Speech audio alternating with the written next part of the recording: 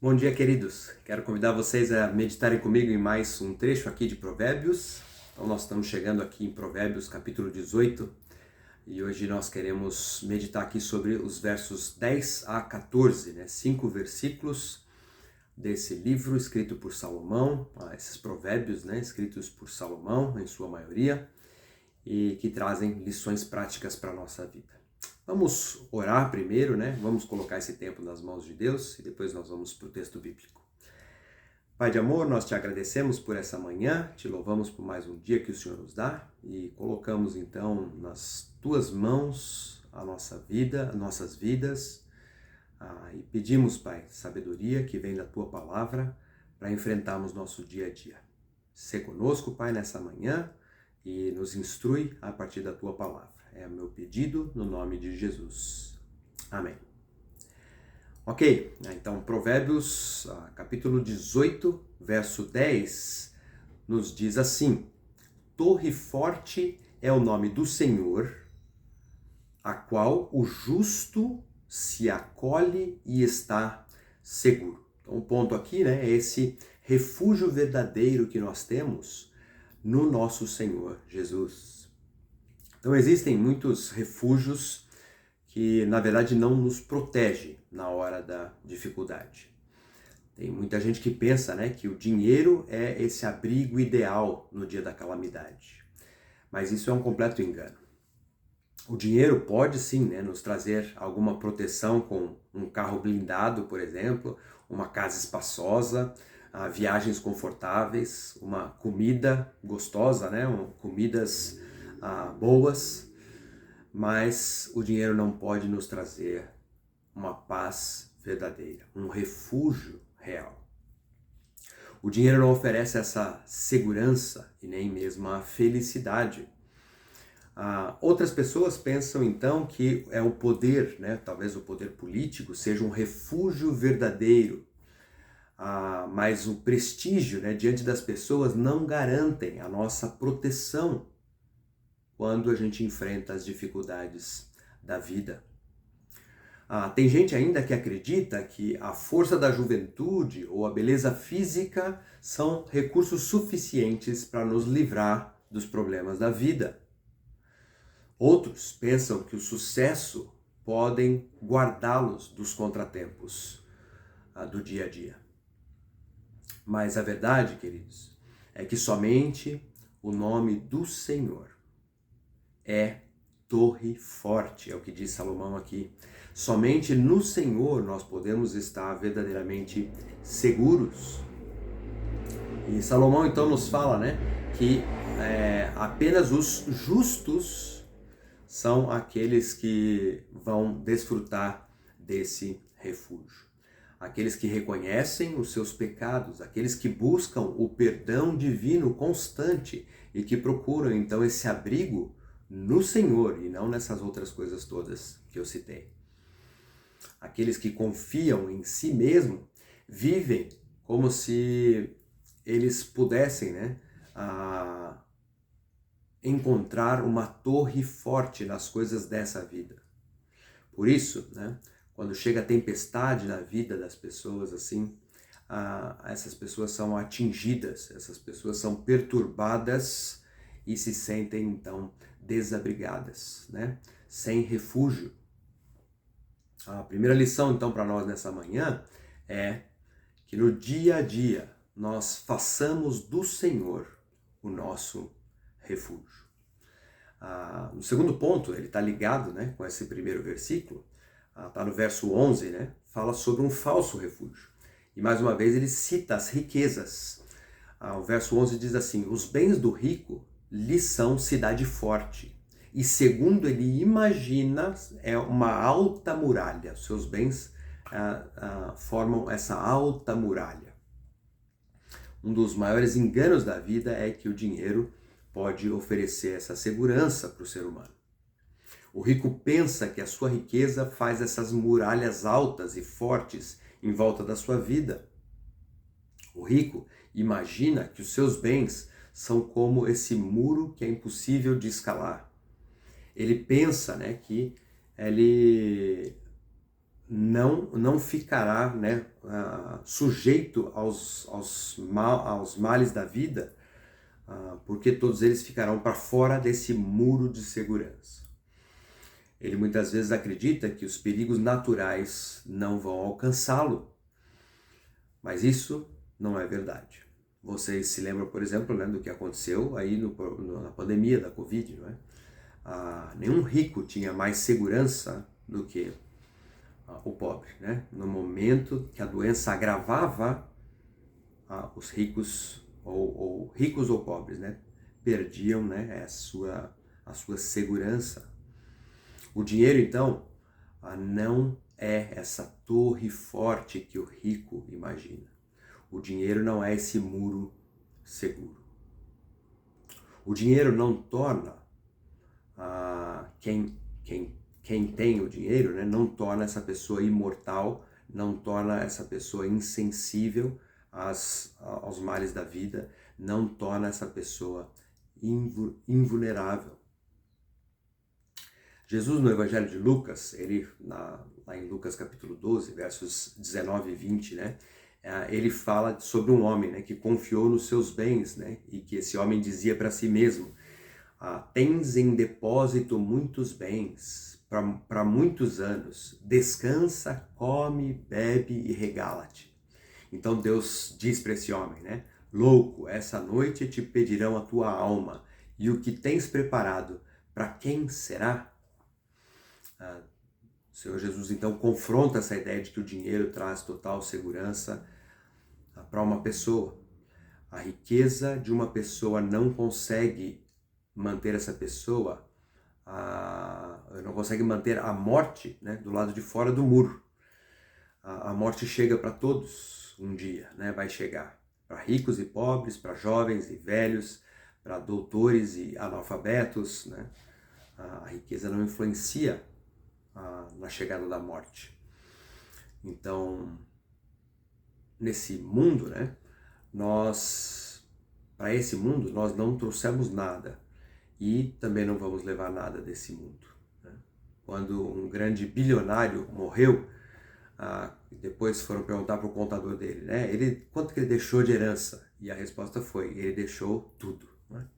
Ele não levou nenhum centavo, né? Não importa o quanto a gente corra atrás do dinheiro, no final da vida nós não levaremos nada, né, dessa vida. E aqui então nós temos, né, essa segunda lição do texto de hoje, que especifica a primeira, né? Então a primeira era: faça do Senhor o seu refúgio, e aqui então ele especifica dizendo que a gente não deve fazer do dinheiro a nosso refúgio, né? Não, ao invés de correr atrás do dinheiro o tempo todo, nós deveríamos fazer do Senhor o nosso refúgio. A vida aqui é passageira, o dinheiro também é passageiro. Então, dedique então a sua vida, busque aquilo que é eterno. Um exemplo dado pelo próprio autor aqui no verso seguinte é: busque a humildade. Essa sim vai trazer benefícios por toda a eternidade, né? Para toda a sua vida e pela eternidade. A humildade é o caminho da honra, é o que vai nos dizer o versículo 12. Diz assim, né, o verso 12 aí de Provérbios 18. Antes da ruína, gaba-se o coração do homem, mas diante da honra vai a humildade. Então, a soberba, ela procede à queda. A Bíblia fala sobre isso, né? Mas a humildade é, então, a porta de entrada para honra, para uma vida honrada. Quanto mais alto uma pessoa se coloca, né? Quanto mais ela se acha melhor que os outros, né, mais desastrosa vai ser, então, a sua queda. Quanto mais vaidoso for o seu coração, ou o nosso coração, né, mais triste será a nossa derrota. Deus não tolera o soberbo, ele resiste aos orgulhosos. Deus lançou do inferno um querubim de luz, Satanás, porque o orgulho entrou no seu coração e ele quis se tornar semelhante ao Altíssimo. Deus arrancou Nabucodonosor do trono e lançou ele no campo para pastar com os animais, Por quê? Porque ele se ensoberbeceu, né? Ele se orgulhou. O anjo de Deus matou o rei Herodes porque, ao ser exaltado, né, pelos homens como um ser divino, ele, ao invés de ele não reconheceu, né, e não deu glórias a Deus, não reconheceu que era Deus que tinha feito, que fazia todas as coisas, que tinha toda a honra e toda a glória. O orgulho, então, leva à ruína, enquanto que a humildade leva à honra. A Bíblia diz que Deus dá graça aos humildes, que ele exalta aqueles que se humilham. João Batista disse acerca de Jesus: convém que ele cresça e que eu diminua. Um exemplo de humildade. João se considerou indigno de desatar as correias das sandálias dos pés de Jesus, mas Jesus, quando falou a respeito de João, disse que entre os nascidos de mulher, ninguém era maior do que João Batista. Jesus, então, assim exalta e honra João Batista. Então permanece a verdade de que a humildade é o caminho para a honra. E esse é um princípio eterno, né? É um valor, princípio não, um valor eterno, né? Algo que nós deveríamos investir a nossa vida, humildade. Quais as atitudes, né, ao longo do seu dia, da sua semana, podem demonstrar que você tem buscado a humildade ao invés do orgulho e da arrogância? O quarto versículo de hoje nos ensina que nós devemos escutar para depois responder. Verso 13 de Provérbios 18 diz: responder antes de ouvir é estultícia e vergonha. A palavra de Deus nos ensina a sermos prontos para ouvir e tardios para falar. Falar muito e ouvir pouco é sinal de tolice, né? Responder antes de ouvir, então, é passar vergonha na certa. Não podemos falar sobre aquilo que nós não conhecemos. Não podemos responder sem primeiro ouvir a pergunta. Uma pessoa sábia pensa antes de abrir a boca e avalia suas palavras antes de dizê-las. Uma pessoa sensata gasta tempo na questão antes de dar uma resposta. Ela avalia e pesa as implicações do que vai falar. O apóstolo Pedro, no dia em que negou Jesus, ele não seguiu esse padrão. Ele falou sem pensar e sem entender aquilo que estava falando. Na casa do sumo sacerdote, ele negou 3 vezes que conhecia Jesus. E isso depois de ter dito para Jesus, né, que estava pronto para ser preso e até dar sua vida por Jesus. Pedro falou baseado em suas emoções, tanto para Jesus quanto para os soldados. Mas o caminho da sabedoria é ouvir mais e falar menos. É pensar mais e discutir menos. É abrir mais os ouvidos para abrir menos a boca. Para terminar, o versículo 14 fala sobre ter esperança na doença. O espírito firme, diz o verso 14, sustém o homem na sua doença, mas o espírito abatido, quem o pode suportar? A nossa atitude diante das dificuldades da vida tem uma conexão muito próxima com a nossa saúde física.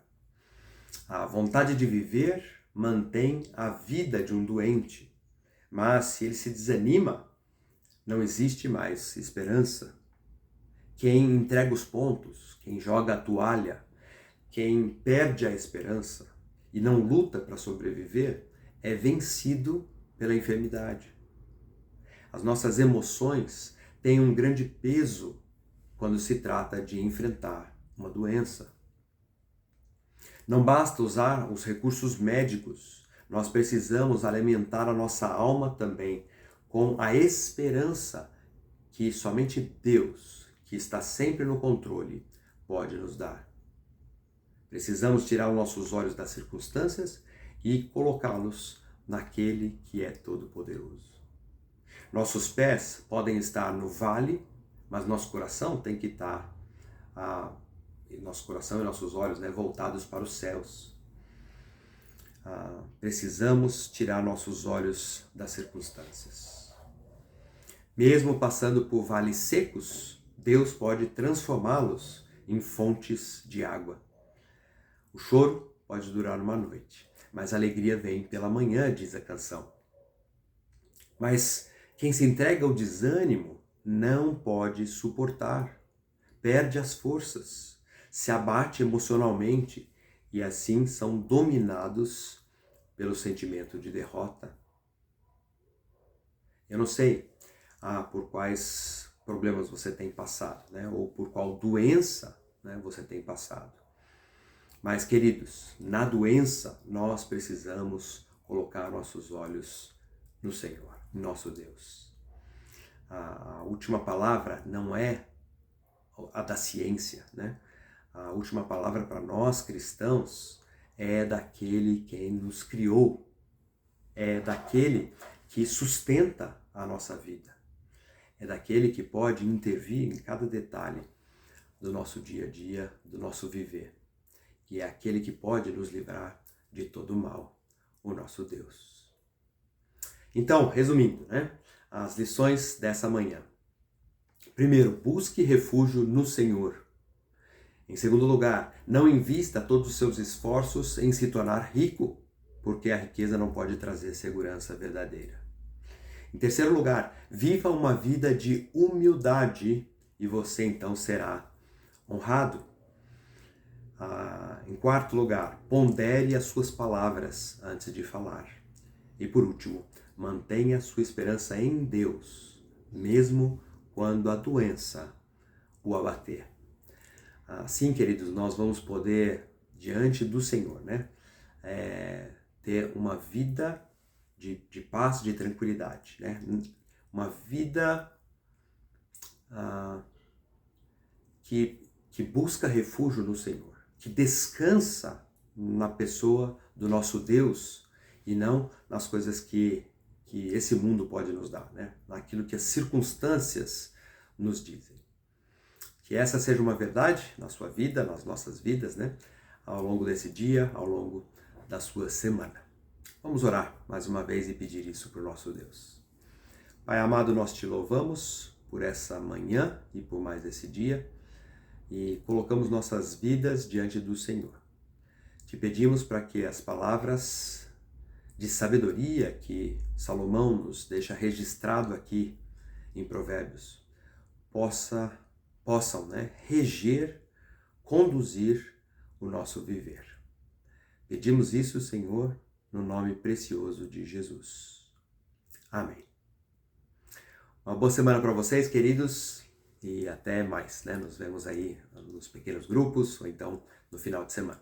Um abraço a todos. Deus abençoe seu dia.